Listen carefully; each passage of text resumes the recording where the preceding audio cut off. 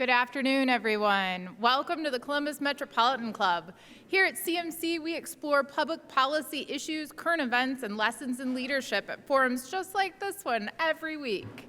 I'm Ellen Block. I'm an independent transfer pricing and international tax consultant. I'm also a proud member of CMC's Board of Trustees, and I serve as its treasurer and chair of its finance committee because that's where they leave all the accountants. We're grateful for Columbus State Community College and Cova Insurance, JP Morgan Chase and Company, and our presenting sponsor of our live stream, the Center for Human Kindness at the Columbus Foundation. We're also grateful for our live stream partner, the Columbus Dispatch, and once again, a special thank you to the Ellis for hosting us. Every CMC forum takes a village, and let's thank everyone supporting today's program.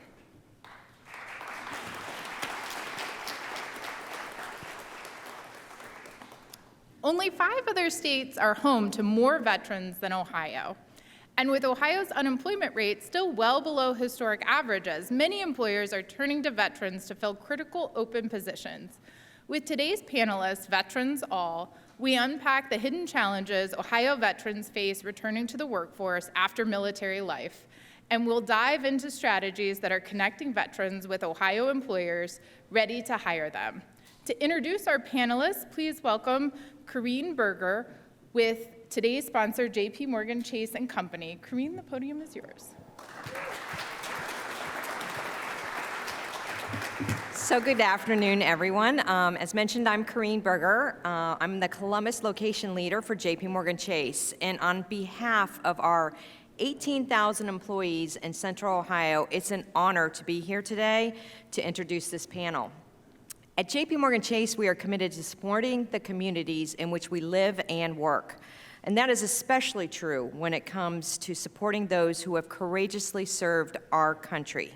In 2011, JP Morgan Chase established its Military and Veterans Affairs Initiative, which positions military members, the veterans and their families for long-term success, focusing on the areas of business growth and entrepreneurship, careers and skills, financial health, and community development.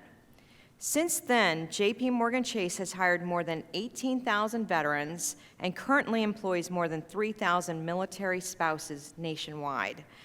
In Ohio alone, we've hired more than 2,300 veterans since 2014. Additionally, we've committed more than $25 million to veteran-managed venture capital funds, awarded nearly 1,100 mortgage-free homes to military families, and co-founded the Veterans Job Mission, a coalition committed to hiring veterans. Since its founding, the Veterans Mission membership has grown to more than 315 companies with the goal to hire 2 million veterans and 200,000 military spouses by 2030, and we will definitely meet that goal. Our military and veterans are among our nation's best and brightest. As you'll hear today, supporting them is not only the right thing to do, it's also good for business. Please join me in welcoming today's esteemed panelists, Tony Ansick, U.S. Navy veteran and Columbus location manager at JP Morgan Chase, retired Major General Deborah Ashenhurst, U.S. Army and National Guard veteran, director of the Ohio Department of Veteran Services, and a member of Governor DeWine's cabinet. Marnie Holder, U.S. Army veteran and vice president of advancement at the National Veterans Memorial and Museum. And A.J. Orr, U.S. Army veteran and executive director of the Ohio Veterans Collaborative. And of course, our moderator, Stacia Nakin, anchor and ABC 6 and Fox 28 Columbus news anchor. Stacia, welcome. Thank you so much. I am a grown-up military kid. It's part of how I define myself, and everywhere I've moved for my job in television, I seek out that extended military family. When I moved to Columbus, I'm looking at the map, and I didn't see a military installation necessarily where people live and work, what I think of as a traditional military town. But in the 7 years that I've been here, I have been blown away. at the number of military-connected families that I have found. And I think it's truly inspiring the way our veterans live and move all around us. And in so many ways, we have to kind of forget what we think we know of as what a veteran looks like. Veterans look like all of us, and our military-connected families are all around us. So I'm really grateful to be part of this conversation about this special part of our community. And in this Military Appreciation Month, I think it's especially important. And I found this on the Ohio Means Jobs website. Want to thank a veteran? Hire one. And that's why we're here today, to have that discussion. So I want to start with General Ashenhurst to get this conversation started. If you would share with us, just to get this conversation going, what is unique about a veteran as an employee? Well, you've got somebody you know you can count on. You know that somebody who accepts responsibility. You know somebody who's a great member of a team, someone who's been there, done that, doesn't want the glory for it, will always give the appreciation to the whole team, not themselves. They come with a sense of values and ethos that makes them not only a great part of your team, but a great part of the community and the state and the nation as a whole. Who would like to add to that? I'll add something to that. I think you hit the nail right on the head, because we're trained. It's never about I or me. It's about we, us, the team, and the mission. And so when you think of an employee, what more would you want? You want somebody who's going to put the team above themselves, the mission of the organization above themselves, and is committed to getting the work done. And so I think that's one of the key contributing factors that you're going to get from a military or veteran service member. Tony, I know you have thought a lot about this when it comes to teamwork, but also diversity of thought within that team. Why is that important? I want to share one example that's a real-life example of what you just asked the General and AJ. I met very recently with a hiring manager at Chase who was going to hire a veteran. And she sat with me, and she's in a very complex world. We call it connected commerce. It's a lot of like money movement and electronic, very cutting edge, super competitive. It takes a little training. And I met with her, and she said, look, I don't care if he doesn't know anything. I can train that. Here's what I want. This is the challenge that I'm dealing with. Can you stay a little late if I need you one day? Can you come in a little bit early? Can you make really darn sure that this is done by Thursday because it's going to my boss's boss? Can he handle that? Yes. Hired. So just discipline, and we can train. Most of the jobs we have, there's some you can't, but most we can train you. Marnie, in your travels around the country, what do you see veterans bringing to the table as part of companies? Yeah, so I will tell you, service members are probably some of the most creative and innovative people on this planet, because they address the situation at hand, and they figure out solutions that no one else can even think about to solve the problem at hand or to solve the problem that they know is coming. I will say that they are trainable in a way that no one has. You think about it. You're getting high schoolers that are coming in, have zero clue on what they're raising their right hand to commit to, and they're doing fascinating, high-tech jobs across the whole spectrum. There is nothing that's represented in the military that isn't, training to standard outside of the military. So yeah, trainable and really just that creative, innovative. General Ashenhurst, when it comes to Ohio's veterans, what do you think is the most important thing for the audience and employers to know about specifically our veterans here in Ohio? Well, Ohioans are a crosscut of the whole nation, but we know they come back to Ohio for a reason. It's because of the environment that we have here in which they flourish. But Ohio veterans are here because they want to be, as I just heard a quote, somebody quoted our governor as saying, "I can't change February, but I think everything else is good for veterans." Because the veterans can flourish here, they know there are opportunities here, and goodness knows with all the high-tech industries coming here, Ohio veterans want to be part of that, and they contribute to that. They are resilient. It's amazing to me the number of Ohioans that go into the Navy. I can't figure that. We aren't on the ocean anywhere, but they do. But we do tend to put our kids in the military, and they tend to come from a military family, so they've grown up with those qualities and those attributes that we are looking for in the work environment, and they're going to be productive. I came back to Ohio. I was stationed in San Diego. I came back to Ohio. Thank you. And my father was in the Army. The General's right on. I noted that he was outnumbered with 3 Army people over here. So, Marnie, tell us about the biggest disconnect between our veterans, our service members, and employers. Where's the disconnect? Why is it important to have this conversation today? Yeah, I don't know if I don't want to say the biggest disconnect, but one consistent theme that I have noticed just in the work that I've done. I will, one correction, I am not a veteran myself. I did work for the military, the Army as a civilian for 21 years, and military spouse, Army spouse for 25 years. So I just want to make that correction. But in the course of my work, it's a culture mismatch. When you're trained in the military and you are immersed in the military culture, what you get on the outside is vastly different. And when service members exit the military, they're very accustomed to having just those cultural norms, and they know what to expect. They know the mission at hand. They know, the grade and rank structure. They know the jobs. They know the environments they're going into. There's a lot of predictability with that military service. So when they move into the space after service, those career paths, there is often just a cultural shock. I think one report, and many studies have been done, there's about a 75% job jump on average, at least 3 jobs within the first 2 years after service members get out of the military. And predominantly, that's because of a culture mismatch. They think they're going in, oh, sounds like a great job. They're anticipating an environment that supports them. They're anticipating someone that's sponsoring them, that walk them through. It's just a shock. And so that's where I really challenge the employers in the room, is to create an environment of inclusivity, create an environment where veterans can disclose that they're veterans, that they are military service, create an environment that is curious about service, and have the rest of your workforce understand the questions to ask when they know somebody is coming from the military into this work environment.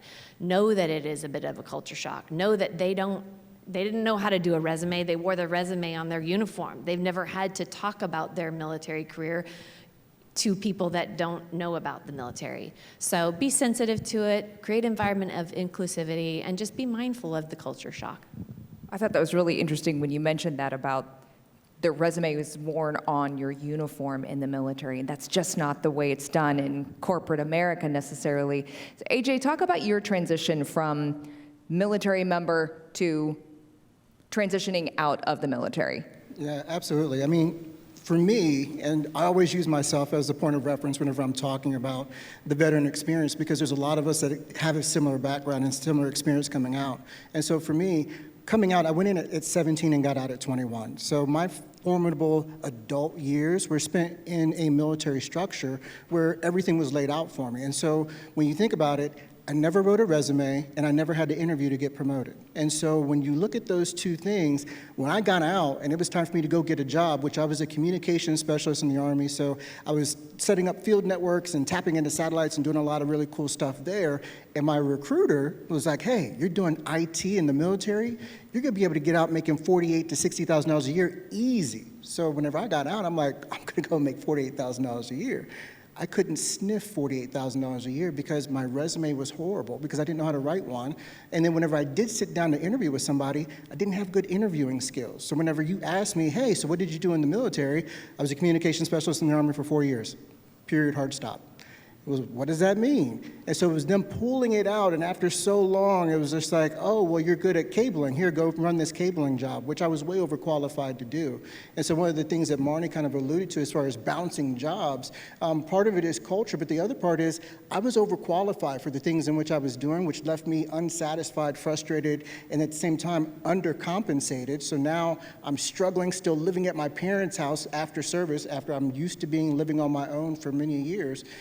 And so coming back in was a little bit challenged from that perspective, but finding quality employment, because we do speak different languages. You know, I spoke in acronyms and was very short, and I never talked about myself. It was always we, us, and the team. It was never, AJ, what did you do? The team did this, and this was our mission. This is how we succeeded.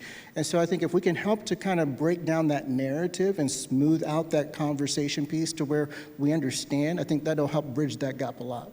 And we are having those conversations more about the needs of our service members as they're transitioning out. But Tony, you mentioned the importance of networking, and I think that's a really important highlight here as well. I am lucky enough to I've been at Chase for 26 years, and I had a few years in another bank, so it took me a while to figure it out. But when people come to me and ask me advice in corporate America, one of two big ones is get known. You have to get known. And the challenge as a service member station, my panel colleagues were talking a little bit, and we said, if I'm a fighter pilot, I'm a Marine fighter pilot, I'm not gonna, hey, I'm gonna go I'm gonna network with the submariners over at the base. What are you doing? Get over here. I mean, you stay in your community, you stay with your group, you're focused on your mission. I'm not networking, I'm with my people. So it is a little strange. We try to help. At Chase, we have a good program, and there's many companies that have a good program where we hire junior military officers and senior enlisted.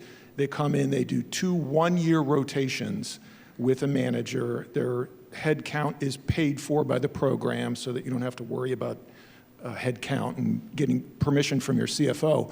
But their first 30 days, their first full month on the job, they're paid, full-time pay, no work. There's nothing on your docket to do other than network and find your job. You go out into the vast community that is my company and find your manager and find where you want to work, and then we make that happen. And the thought there is, we're going to give you literally your first month with us is you're going to have to learn a lot more, but learn how to network.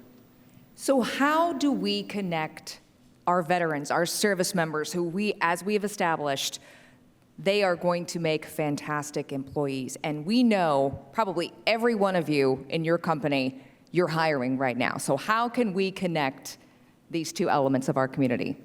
We are working very hard at that.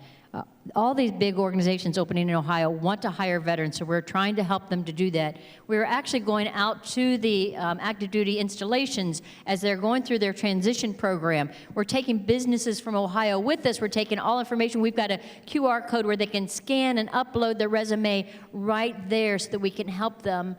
Jobs and Family Services has representatives in every county to help them civilianize that resume, to help them to realize what opportunities are there, and particularly if they have come home to a specific area, they want to live in the county they grew up in, they may not know what's there, and those people in the county will know. So we're very aggressively pursuing those military members transitioning out to help with that transition so they don't have to come home and do a full 360 and figure out what's here and what isn't here. And then once they're on the job, we try to make sure that they still have that support that they need, so they realize when they show up for a meeting 15 minutes early, like you always do in the military, you're going to say, well, what time was the 2 o'clock meeting, because it's now 2:10 and still hasn't started. So, some of those things that military members have a hard time adjusting to, we're going to follow through and help them with that. Can I add to that? Yes, so please. I want to give a huge shout out to the state of Ohio and everything that General Ashenhurst has done. And in my former life, I used to work with the Youth Chamber of Commerce, hiring our heroes, and we would take states like Ohio, because they have it together, bring national employers to military bases worldwide, from Okinawa, Japan, to Vicenza, Italy, and everywhere in between. But we did that because Department of Defense was taking a holistic approach of, look, we need to start educating and informing service members before they're getting out on what their career plans are after. It's not a hit that date and I'm just going to go find a town and then hopefully everything is going to work out. They need to be trained on how to make informed decisions. They've always been told where to go, what to do, what the next job is. So the Department of Defense has really been taking a more active role in helping educate, and it's pairing with employers that want to hire and understand the value of veterans, understand the value and the talent that they're seeking, and then having that dialogue started early. And it is the conversations that are happening at these military bases that are fascinating. I'm going to give one quick story. I was in Kaneohe Marine Corps Base, Hawaii, and there was a young female, she was getting out of the Marine Corps, she'd done her 4 years and she was ready. She said, you know what, I'm so excited about this hiring event because because I know Amazon's going to be here and that's where I want to work. So she had done her work to study up on Amazon. So when it came time for the career fair, she was talking to them, and I saw her at the end of the day, and I said, great, did you get a job, or what's the plan, what's happening? She says, you know what, I actually am re-enlisting because I found out in my conversation with Amazon that I am not qualified to even get the job that I really want with them, so I'm re-enlisting to get my education so that I can qualify for that job with them. That is where they're making the change. They're really thinking about their future. I also want to say they're working on the other end of it. We are also working with employers, and we have a workforce development team in the Department of Veteran Services where we go out and work with employers who want to hire military, want to hire veterans, to help them understand the resume, to help them understand the culture, to do a little sensitivity training with them, and they get their SHRM credits. We usually work with their HR office for that as well, to help the companies to be able to transition their veterans in as well, because it is on both sides, and we need to make sure that the companies are ready to help those veterans be successful and not hire them in the proverbial mailroom when they really come back with a lot more skill and experience than that. Marnie brought up something I think is really important when it comes to education, advanced degrees, post-secondary education among our veteran population. If you would speak to that, Tony. I usually, question again, sorry, Stacia. About advanced degrees and our veteran population, and so many of them are seeking out education to apply for those jobs. Yeah. But this is a highly educated group of our community. Yeah, most of the veterans that we talk to at least have an undergrad. Most are pursuing an advanced degree. My advice, please help me if I'm not correct here, is usually if you want to get an advanced degree, get it for yourself. Do it because you want it, or whatever your career track is, you want it. I've seen a lot of veterans who come and they say that I'm going to work for a big financial institution, so I have to get my Wharton MBA. I have to because I have to. You don't have to. If you really want to get it, that's great. It depends on your track, and we'll talk a little bit more. Maybe you will need it. But what do others think? Good advice?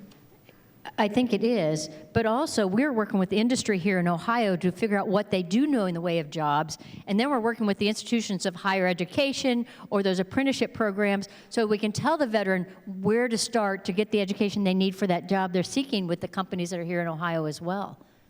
The SkillBridge program, if you haven't heard of it, so reskilling, upskilling is very important. So military members, many of them will choose the military because of the education opportunities and the education options. But also, there's many that join the military and they have no desire to pursue a higher degree, but they want to be skilled, reskilled or upskilled to meet the demands of the job fields today. And so there is a phenomenal program, SkillBridge, if you've not heard of it. Last 6 months on active duty, service members can participate, whether it's an internship, a fellowship, apprenticeship, whatever the case is, to get them positioned and postured for what the job demand is or job requirement is. For companies that really do have those types of demands, if you haven't researched that, that's a great opportunity. But also the individuals, job seekers, the onus needs to be on them too, because they have to start those programs quite early, at least the desire. It's not something you can just say, hey, raise my hand, I'm going to do it last 6 months. You need to start years in advance to do that. For those veterans that have already transitioned out, unfortunately, it's not an option for you, but there are so many other programs that exist for veterans to reskill and upskill them to meet the demands of today. I'd like to add a couple of things on that. Marnie, I think you're spot on with the SkillsBridge program. There's a lot of great things that help those that are transitioning out of service to get them incorporated with or get in contact with organizations that are looking to do hiring. But for those that have already come home, the challenge that exists is they don't know a lot of those different resources. And the state of Ohio is doing a lot of great things to try to help connect and fill those gaps. But as hiring managers, for those of you that are in the room, one of the big things is, one, how do we find the veteran community? And Marnie and I have talked about this before. Look within your own organization and identify the veterans that you have there, because I guarantee you they know other veterans, because it is a very small-knit group. And then allow them to help you build out and develop that culture that we've talked about within your organization. How do we reach them? Why did you stay here? Why did you come to be an employee here? What do you like about it? What do you not like about it? What can we do to help hire on more more veterans, and use your resources that you already have available to you. And that'll also help to kind of circumvent some of this. Once again, the biggest challenge as me being a veteran looking for employment, and the ones that I work with now, is how do I get my resume in front of you, and how can I have a good interview with you? And there are a ton of different agencies that we're working with now that do that prep work, because it's at scale. I mean, like it was announced at the very beginning, Ohio has the 6th largest veteran population. That means there's hundreds of thousands of us out here that are, some of us are in positions where we're looking for higher wage positions. I think one of the other things I'd like to point out is that the veteran community, these typically are experienced people, not entry-level positions. You know, we talked about advanced degrees and things of that nature, but these aren't your entry-level, hey, go bag groceries type of guys, or gals rather. And so keep that in mind as well. They have leadership, they have management skills and capabilities. If they don't have the technical skills, we can get that trained up. There are plenty of programs, like we've all alluded to. There's plenty of programs to get you upskilled and trained, but keep in mind that those soft leadership skills that every organization is looking for, a lot of us have them. It's just built within our nature and the way in which we operate. Really want to echo that. I was going to say that too, AJ. Like even an E4 in the Marine, which is the most junior non-commissioned officer, so enlisted, may have 0 degree. I don't have an undergrad, I don't have an associate's, I don't have anything. But I got a lot of leadership experience. I have people that report to me. I have very expensive weapons and machinery and equipment and electronics that is under my charge. That counts, right? That's right. So when we talk about that transition out of the service into civilian life, success can look differently for a lot of folks. Maybe it's education, maybe it's seeking out the workforce. But AJ, I know in your podcast you talk about redefining success. So how does a veteran redefine success? I love talking about this topic because for me, it's one of those things of, rather than pushing them to find a job and a career, my whole thing is, what do you want your life to look like? You know, if now that you're out of the service, if you want your life to look like, hey, I want to be, most of my free time, I want to be out fishing, hunting, golfing, or I want to be the head coach of all my kids' little league teams, fantastic. Let's map back a life towards that, because as an employer myself, if I'm paying you $150,000 a year, you're not going to have time to do all of those things because I'm going to require your time. But maybe if you're making $85,000, $75,000, you can do all of those things. And so let's get serious about what you want your life to look like. And because once again, I can get you a job today, but can I help you find a career? Let's get you on the career path that you want, that's motivating to you, that's inspiring to you, but more importantly, that's mapping back to the life that you want to live. And I think that's our approach whenever we're talking to veterans that are coming out or that have been out and they're saying, hey, I just don't know what I want to do right now. Fantastic. What do you want your life to look like? Let's see if we can start to reverse engineer and map back to those things. Of the many panelists we have up here, the one I've interviewed several times is General Ashenhurst. So I went back into some of our archives where she spoke to veterans, specifically female veterans in the cases that we've spoken often, but I want to read a quote, and if you would speak to it for us here in the audience. And you shared, "We just have a heart for service, and I think those are the kind of people who are drawn to the military, those who want to give back, those that appreciate what they have and want to make sure that they do their part to make sure that we still have these freedoms and this lifestyle that we have in the United States, and that doesn't end when they take that uniform off and hang it in the closet." If you would expand on that for us today, because we're talking about a very special kind of person. We are, and it always scares me when somebody reads a quote back to me. What did I say? Well, I have a whole book of them here. Yeah, but that is so true, and it's not just our female veterans, is that we join the military for a reason. We have a passion for something, and it's this nation.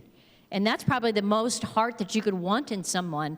And when they do come out of the service, although they were ready to transition out of the military, they aren't willing to transition out of giving back and in serving, in making a difference. And that's exactly what people need to want in their company, because it doesn't matter where you put them, they're gonna find a way to help you be successful in your business. I think you said that as well, AJ, is that they do want to serve, and they may not have the uniform on, but they've still got that patriotism and that desire to go out there and make a difference and do the best and bring everybody else along with them to be successful.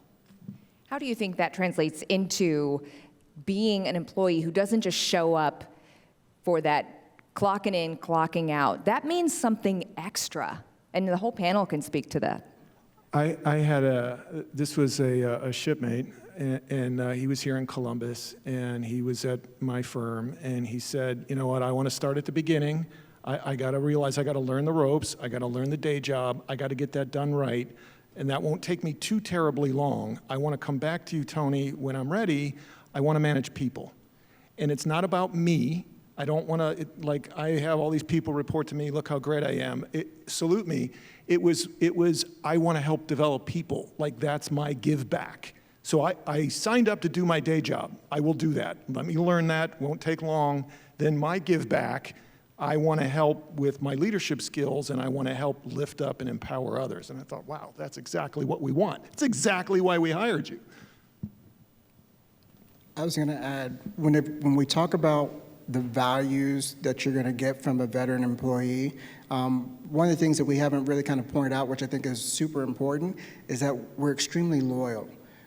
If I'm part of the team and I feel like I'm adding value, I'm not going to leave you for $1 across the street because I know the grass isn't always greener on the other side. I'm committed to the team, I'm committed to the mission, and so once again, when we start talking about employee turnover, it's less likely to be seen as long as your veteran employee staff is engaged within the organization. Moving into the topic of company culture, we've touched on that a little bit. How do we maximize these skills, Marnie? We know that our veterans are coming in with this unique set of skills and experience, life experience. How do we maximize that in the company in the workplace, in the company culture?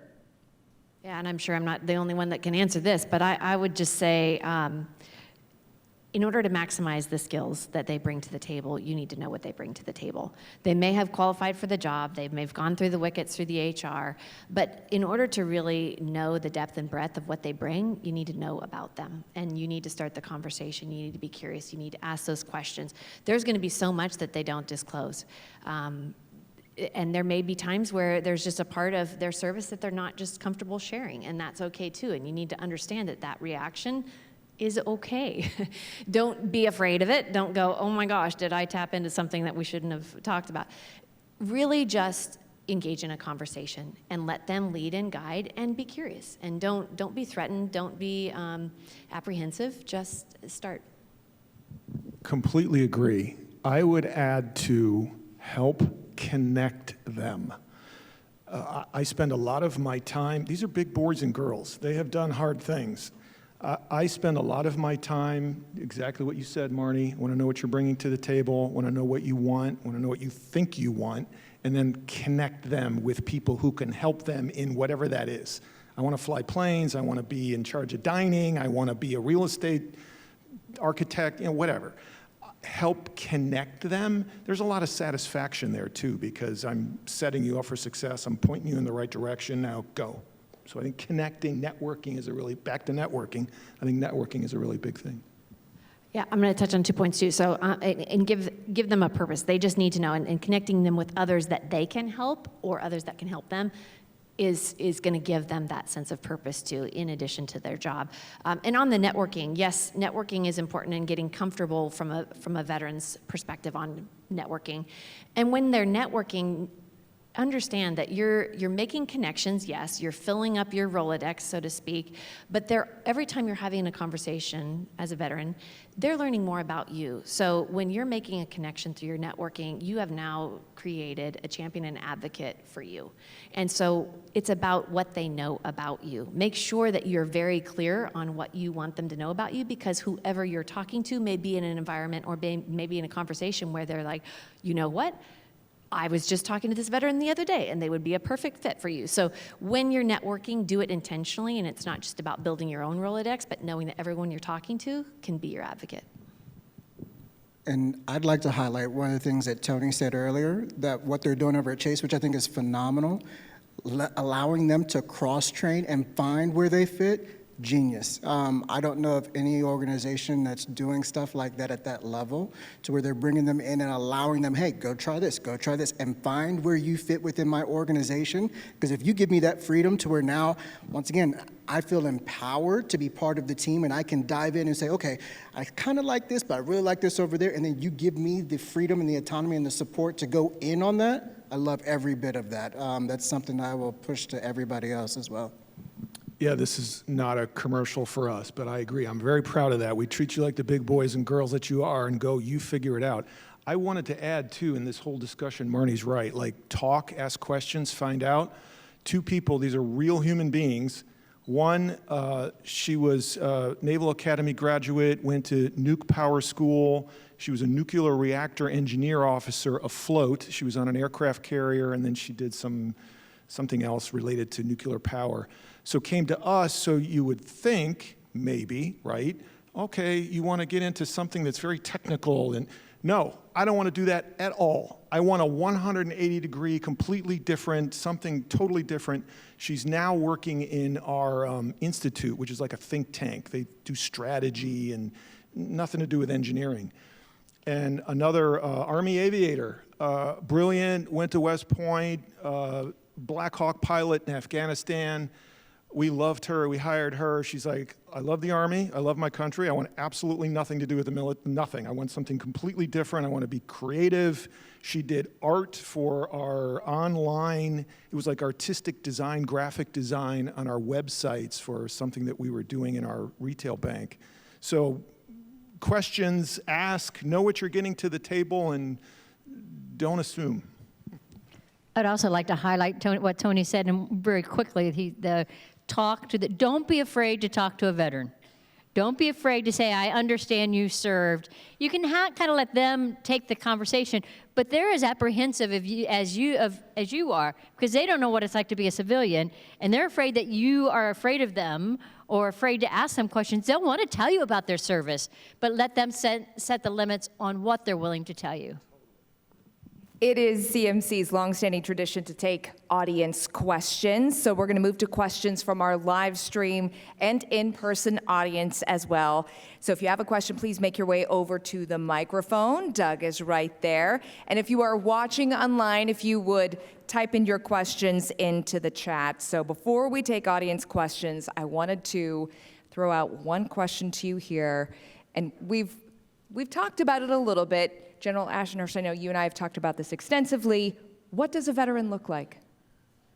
Like you, like your neighbor, like the person that sits next to you in church. There is no cookie cutter. Everyone looks different, except maybe you'll find they stand a little straighter, carry their head a little tilted up, but they look like everyone. They're small, they're large, they're big, they're little, and they're really bright, and some not so bright, but there's a place for all of them. That's it, that's the answer. Let's get out to Doug Buchanan with CMC curating questions from our live stream audience. And again, for those of you with us in person, you can join Doug over at the microphone. So Doug, what is our first question? Stacia, thank you so much, and thank you to today's panelists for a great conversation. If you do have a question, you're here in the live audience, please do come join me here at the microphone, and we'll try to get to as many questions as we can. Do keep in mind that great questions at CMC have two things in common. They take less than 30 seconds to ask, and they do end in a question mark. So here's a first one.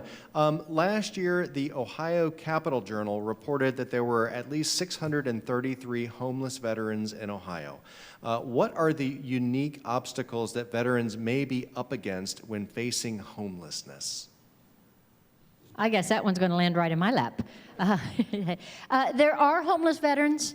If they are a homeless veteran, it's because they aren't willing to make the compromises to accept the housing opportunities that are there for them. That doesn't mean we shouldn't still support them. It might just be they don't want to give up their dog.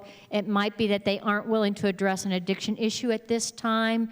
So we need to never give up on them, always stay in touch and offer them. But we do have many resources for placement in programs to get clean if they need to get clean, just to get housing if they need to get housing, and we can also help find another home for that dog if they can't take them with it. Thank you. Nancy Nanny, watching online, asks, do veterans with PTSD have difficulty getting employment, and what are the resources available to help veterans suffering from PTSD?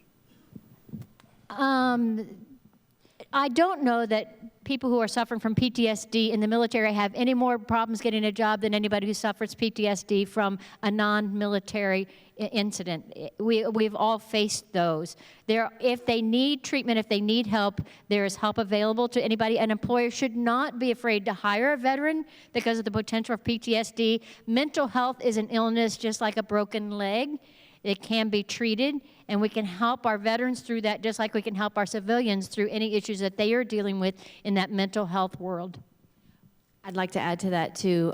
So part of the military culture and the stigma, PTSD is sadly often associated with military service. But you're right. If you remember where you were on 9/11, you have PTSD, and I'm pretty sure that that's everyone. I would say that the military has also created that culture where it's okay to raise your hand and say, I need help. And that's what you're getting in a veteran, is somebody that has been trained on how to ask for help, and then has even gone so far to help to go through the resources and leverage the resources and get the help they need. And honestly, we've seen some studies and the results of them where that overcoming those very traumatic moments in life and how to navigate them, how to know how you react as an individual to those, knowing that there's going to be potentially other moments that are traumatic in your life, but to have that training under your belt, so to speak, or have those experiences and how to work through them, that's something that veterans bring. If they have been encouraged to say, I have an issue, I have a problem, I need help, they get the help, that's what you're really getting in a veteran when you bring them on board. When we talk about the military-connected community, not just veterans, but military spouses as well often face unique challenges seeking out employment, especially when it comes to active duty and moving around a lot, and it can be a big game changer for a resume. How do we support the entire military family? Can I take this one? Oh, please. I'm very excited about this Yes. one. Ohio's been very progressive in this. We've worked very hard through our legislature to make sure that certificates and licensures can transfer into Ohio. Sometimes they'll just give you the temporary go-ahead while you do whatever has to take to get that license in Ohio or that certificate renewed in Ohio. But we also have Ohio military kids in Purple Star schools, and we're encouraging all of our schools across the nation to become a Purple Star school. What they have to do is they have to identify their military-connected children, and that could be a brother, a sister, or somebody else in the family, as well as a parent or a grandparent who is connected to the military. And once they do that, and they have to identify somebody in that school that's willing to lead the program, and they have programs to recognize military events, whether it's a Veterans Day event and all that, to recognize that military children maybe have a little different background than the other kids in the school. And this is really prominent in the Dayton area, as you can imagine, but amazingly, it's throughout Ohio with the reserves that have deployed over the years. Those military kids have different experiences, and when we can pull them into the Purple Star program, they thrive. We are really big on taking care of our spouses and our military kids here in Ohio. I'm excited about that. Mm-hmm. I'll speak from a military spouse, and I'm dating myself, but I was a spouse back in the day where I didn't disclose I was a spouse when I was applying for positions. I've had periods of unemployment. I worked for the government, but I still had to quit my job, go on unemployment until I got picked up again at the next duty station. So I get the challenges that are out there, and I will say kudos to everything that Ohio is doing, everything that is happening nationally and other states that are leaning in.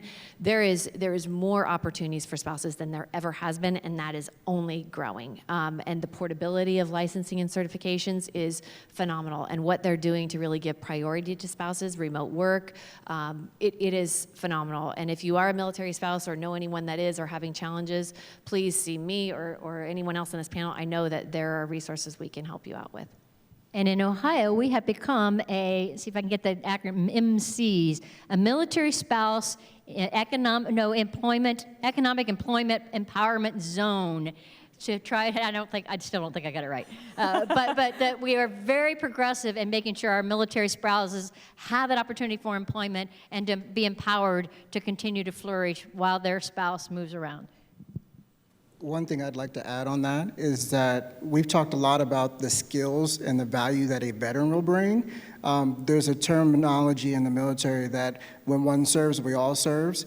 These military spouses talk about resilience and being able to pick up and move. I mean, think about that. To be able to pick up and move whenever you're ordered to, you have no say in that. You have to pick up your family, your kids, everything you do, move across the country or wherever your husband or spouse is stationed, and then you have to readjust, find a community to get back into. And so when you talk about, once again, as an employer myself, when I look at what do I want in an employee, I want somebody who can solve problems, who's committed to the mission, who's resilient, who can think on their feet, and whenever hard times hit, they don't crumble under stress.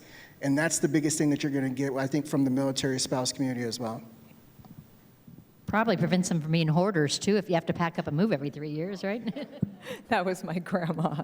That's right. Yes.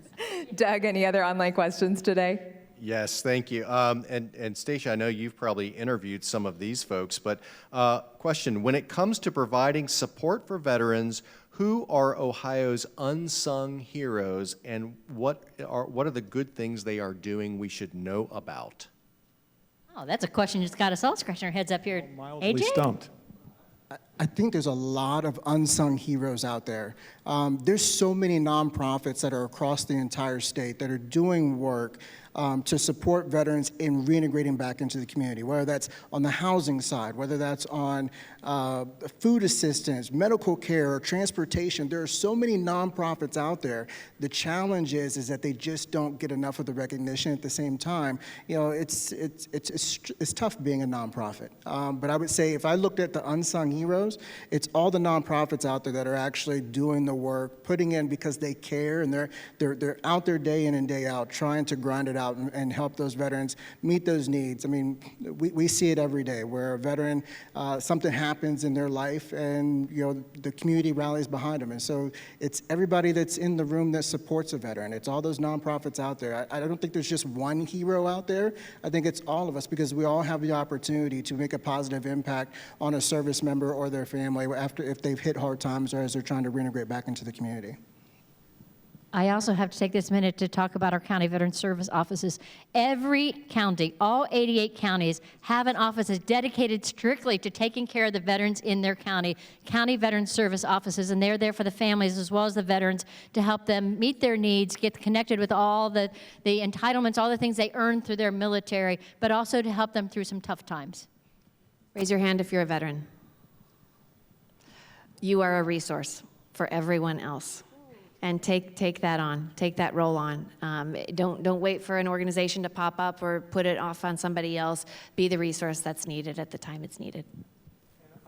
I would add for everybody that didn't raise their hand, we love you too, and not to be too simplistic, but you can be an unsung hero, because by and large, and I hope we translated this okay, a veteran wants the same thing anybody else wants. It's not super hard. There's a little bit of language, but it's not hard, and a little bit of like get me comfortable, but very little within reason. And I love what Corrine said, and my chairman and CEO says it all the time. It's good business. You win too. I think I would add one other element to the unsung heroes. Truly the military families, because you serve as a family. When I grew up as a Navy brat, I was surrounded by kids who were going through the same things that I was. My dad got on a ship and he would be gone for months at a time. All of my classmates, all my neighbors, they faced that. I lived on military installations. There are a lot of kids in this area, in Central Ohio in particular, who are going through those deployments, and mom or dad is gone for long periods of time for training or deployments, and the kids in their school, they don't understand that. So these kids are making it work, and they're going through some really tough things with a parent who is not there in the house serving our country. So they're really serving as a family. I think unsung heroes for sure are our spouses and military kids as well. And so it's so important to walk beside them. And I know, AJ, that camaraderie is important. As veterans seeking out camaraderie in this journey from military service to civilian life, why is camaraderie really key? When I look at my transition out, there are two things that I lost whenever I got out of the military and hung up the uniform. The first was my sense of purpose. In the military, I was part of something bigger than myself. I was part of this big ideation of protecting freedom and democracy against all enemies, foreign and domestic. And out of the uniform, and I was just AJ, and I didn't know who that was. Like I said, I went in right out of high school. So I lost my sense of purpose. But the second thing that I lost, which was equally important, was I lost my community. My brothers and sisters that were there for me 24/7, 365, where we just embraced the suck together. Like, the work is bad, the situation is horrible, but we knew that we weren't in alone. There was always somebody there. And so whenever I got out of the military, I looked for that community, and it was hard for me to find. It was hard for me to find that person that had my back no matter what, because, we talk about, diversity, equity, and inclusion. Like, the military is the epitome of that, because I have to trust you to do your job and protect my life. And then I tell people it's a unique environment in the sense that we could hate each other, but I knew that I could trust you to do your job and protect my life, and you could trust me to do the same, because the mission came first, everybody coming home came second, and then we can go back to our petty squabbles after that. In the civilian world, I didn't have that type of bond. I didn't have that camaraderie. And even though I came from a military family, my siblings didn't understand that. And so, I yearned for community. And so whenever, it's funny, I guarantee you, all the veteran hands that raised up, if we all got together, none of us have probably ever served together. I know that I've never served with anybody in this room, but if we got together, there's that common bond, that common community vibe and feeling. And I tell people, Stacey, you mentioned before, whenever you go someplace, you look for the veteran community. I can go anywhere in the world, and if I can find a veteran, I know that I'll be taken care of. And that's the type of vibe and bond that I love and wouldn't trade for anything. And with that within reason help and translation and connecting and talking, you get that loyalty when you hire it. Thank you very much. We have just a minute or two for one final question. What is, and some of you have touched on this, but what's the most common misunderstanding between veterans and potential employers during the hiring process? I would say one of the biggest misconceptions is that we've all seen combat, that we've all shot guns at people, It's one of the big misconceptions. We all don't struggle with PTSD. At the same time, the question that was asked before, I think that there are a lot of people across the board. I think we need to end this stigma with PTSD, because COVID caused a lot of people to deal with PTSD. There are people that have not served in the military that struggle with everything in the aftermath of that. But I would say one of the biggest misconceptions is that we've all seen combat, because we haven't. Number is, the general might know more. I mean, the real number of veterans who are out who have seen combat is relatively low. So yeah, that one. And then I think just like the talent disconnect. Well, you were an engineer and you worked on this, or you were a pilot, so we're going to have to. You can't work here. And no. And they may want to do something completely different. So you have to do a little bit of exploring. I would agree. The combat, the stress, you're going to be rough, gruff, and aggressive. Not necessarily. I'll say if it's the first time a veteran is, this is their first job after service, I guess. The culture piece, I can't hit on that enough, but it's also just kind of that expectations of the onboarding and how they move into their job expectations. And, there's so many questions that I know veterans have, but don't always articulate. And from the HR perspective, it's going to be a non-traditional onboarding experience for you. There's going to be extra things that you need to be mindful of and help kind of cull out of the individual to help manage that transition. It's going to be a shock. They've never moved into an environment like that. They've always been told, prepared for everything that's going to be happening. So just be mindful of that and be sensitive to it. And then sometimes the whole sponsorship program, if you don't have one in your companies, it's something to think about. Give them a body, a person that kind of walks them through, introduces them to others, and helps just be a resource for them internally. And from the other side, the veterans' expectation is going to be that they're going to show up and you're going to immediately know how good they are and what they have to give, and you're going to respect them for it, and they don't realize that they aren't stepping right back into a military unit. And so you got to have a little patience with them on that end of it. General Ashenhurst, final thoughts today on how we continue this conversation after this forum. Thank you. I think that most important is don't be afraid to hire a veteran. They aren't all damaged goods. They all have something to contribute. And if you don't find their initial niche, as Tony has said, give them another chance at another job, but ask them why they're uncomfortable in what they're doing. Everyone, I wish we had more time. This is definitely a topic we could continue to converse about for quite some time, but I'm getting the wrap up, so we're going to turn it over to today's second sponsor representative, Lenroy Jones from Columbus State Community College, for concluding remarks. The podium is yours.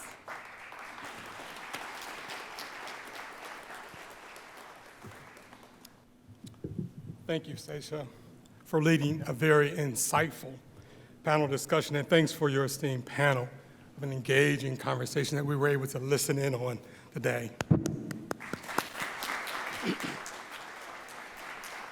As we gather here at the Ellis, I'm honored to close this forum on behalf of Columbus State Community College. Today's event, Hiring Heroes, Why Ohio's Workforce Needs Veterans. Well, it underscored a vital question that I had when I woke this morning thinking about this remarks. Why is it that this discussion is important to Columbus State Community College in Central Ohio? As I listened there, I took a lot of notes, but I'm going to stick to my script.